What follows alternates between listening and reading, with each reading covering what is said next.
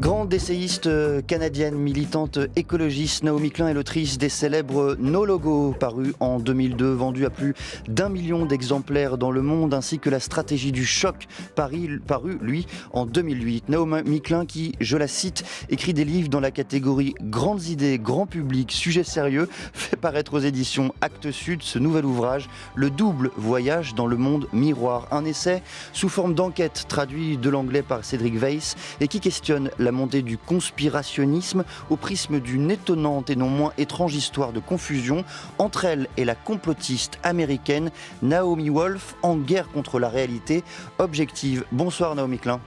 Bonsoir. Et bienvenue dans Question du soir, et un grand merci chaleureux à Marguerite Capel pour l'interprétation de cette discussion.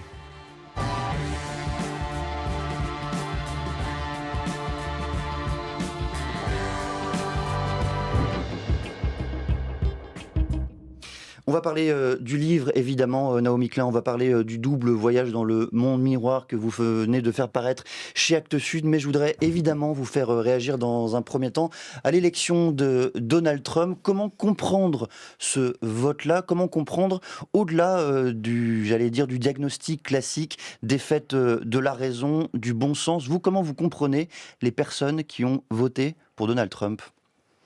C'est l'histoire des gens qui ont voté pour Trump, mais aussi celle des gens qui n'ont pas voté pour Kamala Harris et qui sont restés chez eux. Et ça, c'est un changement majeur. La base démocratique était très démoralisée. Ils se sont rendus compte qu'ils couraient derrière des républicains centristes imaginaires, alors que la droite a changé et qu'il n'y avait rien dans cette catégorie, plus personne. Et la base des électeurs de droite a changé aussi. Des jeunes, des noirs, des latinos ont voté pour les républicains. Les jeunes en particulier ont été horrifiés par le fait que le gouvernement américain continue à envoyer des bombes en Israël, pour ce qui est actuellement qualifié de génocide. Et c'est choquant, cette élection de Donald Trump, mais en réalité, ça ne me choque pas. C'est l'histoire d'un échec du centre.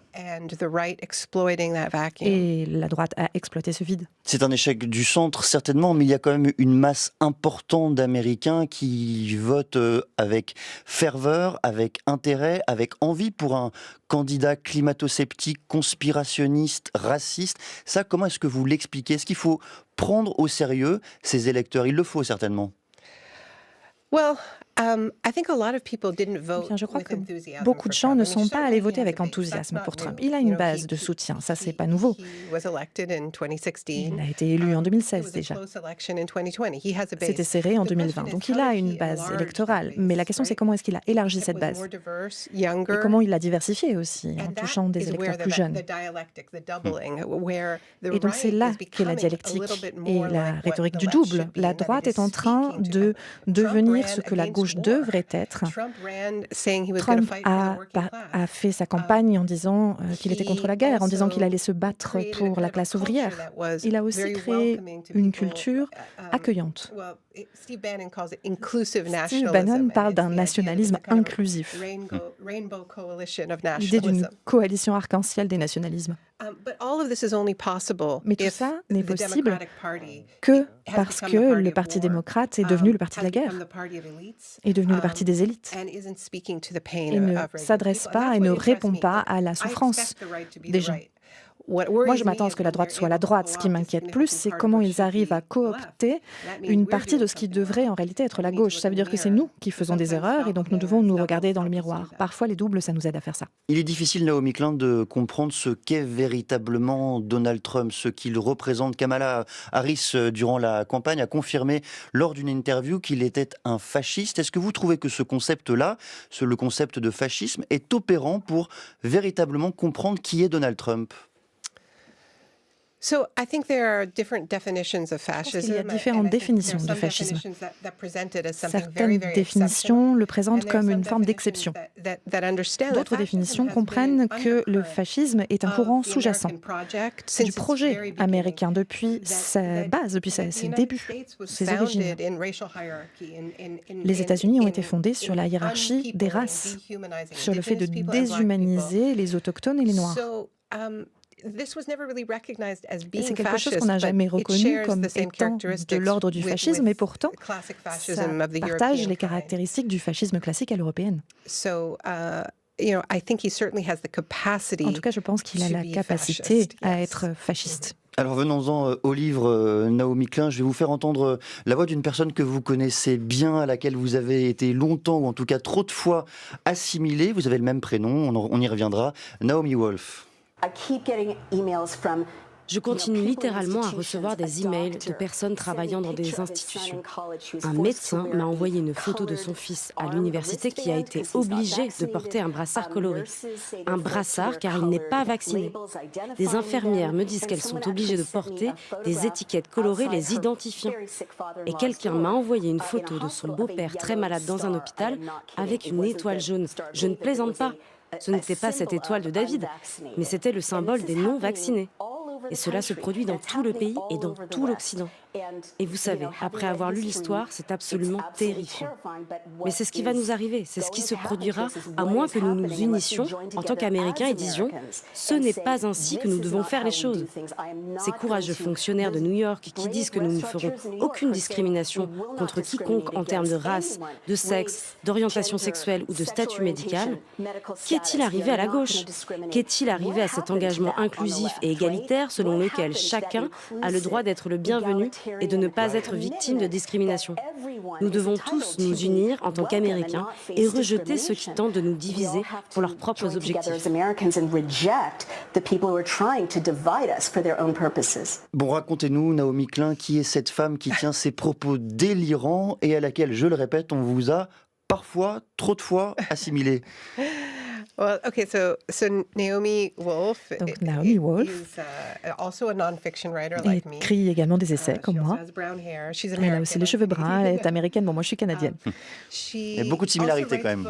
Elle écrit donc aussi des livres de non-fiction. Elle a écrit un livre très célèbre sur le mythe de la beauté dans les années 90. Et c'est une de ces personnes qui a évolué ces dernières années. Comme vous l'avez entendu, elle est très conspirationniste aujourd'hui. Elle tient des discours incendiaires. Pendant la période du Covid en particulier, elle a noué des alliances avec l'extrême droite. C'est maintenant une collègue très proche de Steve Bannon ou Tucker Carlson. Elle a voté fièrement pour Trump. Elle voit des complots absolument partout. Elle s'est acheté une arme. Elle considère que moi, je suis un complot, que je suis dans la poche, que le Big Pharma me tient dans sa poche, l'industrie pharmaceutique. Mais je pense que ce qui est intéressant, c'est que ça montre quelque chose que j'ai essayé d'analyser dans le livre. Dans l'extrait dont vous parlez, la langue même devient absurde, les mots deviennent absurdes. Elle parle du fascisme, elle parle de l'histoire du génocide, et elle fait le lien avec la vaccination. Et donc ce qui se passe avec les mots, c'est que quand on a besoin de se servir de ces mots, comme c'est le cas aujourd'hui, je pense, on a besoin de les utiliser de façon exacte. Le mot fascisme, le mot génocide doivent être utilisés de façon précise, sauf qu'on les a rendus absurdes et ridicules. Et c'est ça qui se passe à droite. Les mots dont nous avons besoin pour parler d'eux, ils en ont fait une blague. Je voudrais qu'on reste tout de même un instant sur Naomi Wolf. Vous nous avez expliqué qu'elle avait évolué, que sa trajectoire avait été qu'elle avait largement évolué. Et c'est vrai qu'à l'origine, Naomi Wolf, c'est une femme qui est féministe, qui est plutôt engagée à gauche. Comment se fait-il qu'elle est devenue conspirationniste? Qu'est-ce qui l'a fait bousculer dans l'autre camp?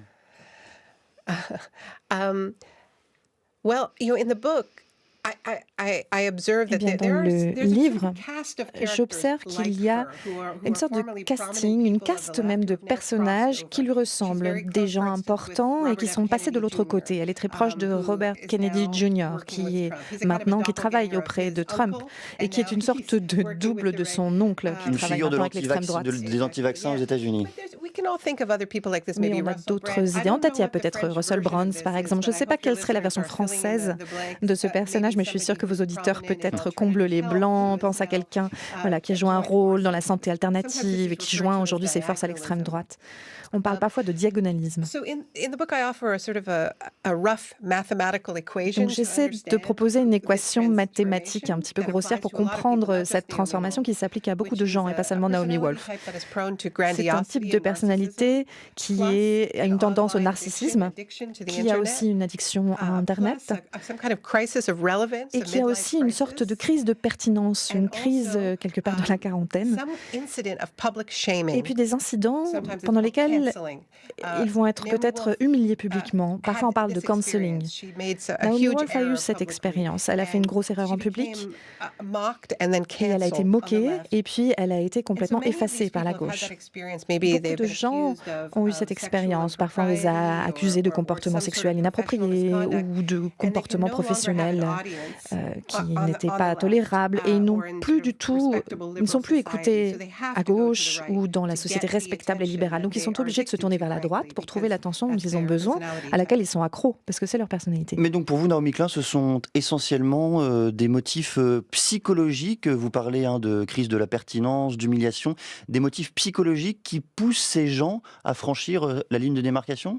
Oui, mais je crois aussi que beaucoup d'entre eux sont maltraités par la gauche. J'ai une certaine empathie pour mon double. En partie parce que j'ai fait l'expérience d'une grande partie de son humiliation, parce que les gens me prenaient pour elle. Donc les gens me hurlaient dessus quand elle faisait tout ça. Donc je sais à quel point c'était terrible. Sur les réseaux sociaux, on adore humilier les gens en public. On adore en faire un spectacle. Et puis ensuite, on les efface. Et on pense qu'ils ne sont plus là, sauf qu'en fait, c'est pas vrai. Ils réapparaissent pour la plupart dans cet endroit que j'appelle le monde miroir, qui est une sorte de monde parallèle extrêmement puissant. En fait, ils viennent de gagner les élections américaines. Donc, on ne devrait pas les ignorer, on devrait faire attention à eux.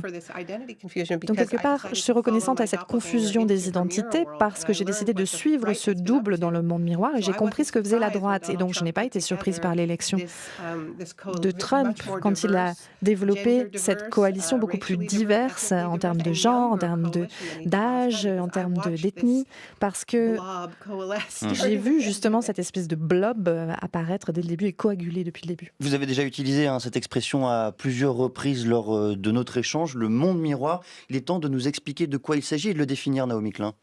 What is the mirror world? Oui, le monde miroir. Eh bien, c'est un monde parallèle au nôtre, avec des réseaux sociaux parallèles.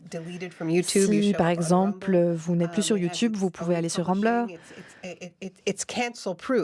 avez vos propres maisons d'édition qui sont donc protégées contre l'annulation, contre ce qu'on appelle le cancel. C'est vraiment un monde miroir avec ses propres monnaies d'échange. Quand vous me posez des questions sur les élections américaines, c'est l'exemple parfait. Dans les cercles libéraux, personne ne pouvait croire que les gens allaient voter contre Trump puisqu'il était antidémocrate, qu'il ne croyait pas en la démocratie. Alors que dans le monde miroir, c'est ce qu'on disait de Kamala Harris, qui disait mais personne ne l'a choisi, c'est Joe Biden qui l'a désigné d'office comme prochaine présidente, il n'y a pas eu de démocratie, il n'y a pas eu de primaire.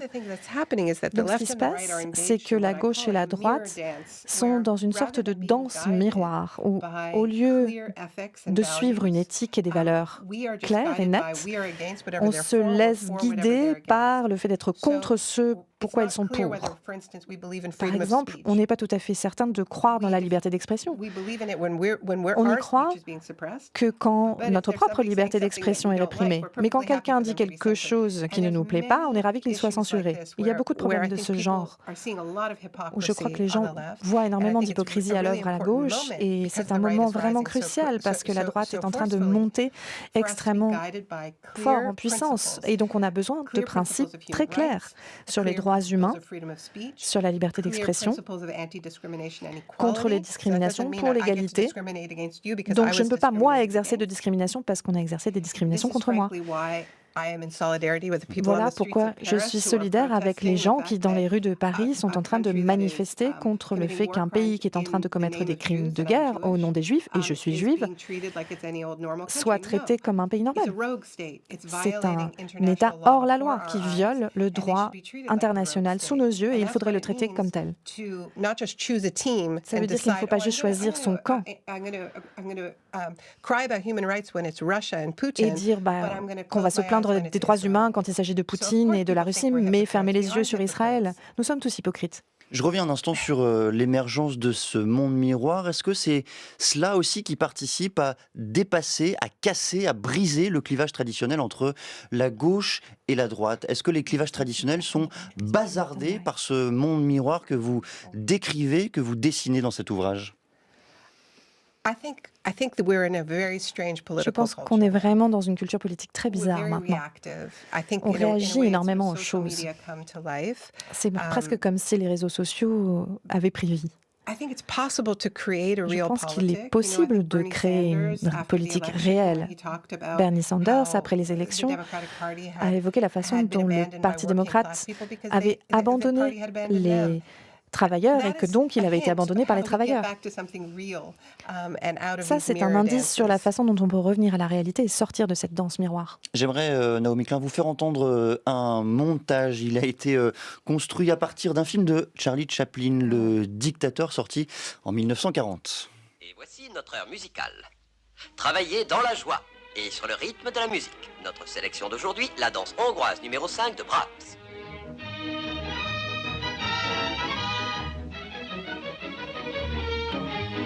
Hey, das Straflichshülpensekt! Der Wiener Schnitzel mit der Lage werden und das Sauerkraut! Hey, der Pilotensakt auf die Läden! Ein Rumänier wie ein Straff! Und der Blitzensekt der Knütz! Hey, die kleiner Straff mit der...